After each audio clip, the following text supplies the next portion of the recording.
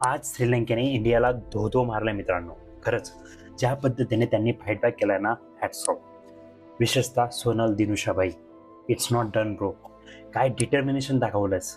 पहिल्या इनिंगमध्ये सेंचुरी आणि सेकंड इनिंग्समध्ये ही 133 नॉट आउट. ज्या पद्धतीने तो टेलेंडर सोबत शेवटपर्यंत खेळलास ना, खरंच मजा आली बघून.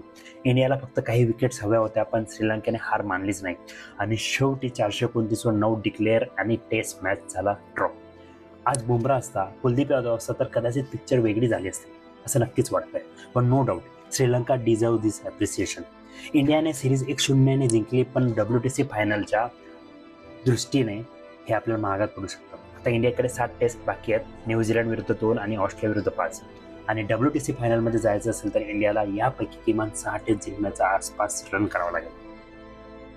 तर आता मला सांगा, तुमच्या मते इंडिया WTC फायनलमध्ये क्वालिफाय करेल का? होणार असेल तर येस, आणि नाही वाटत असेल तर नो. नक्की कमेंट करा आणि फॉलो पण करून घ्या.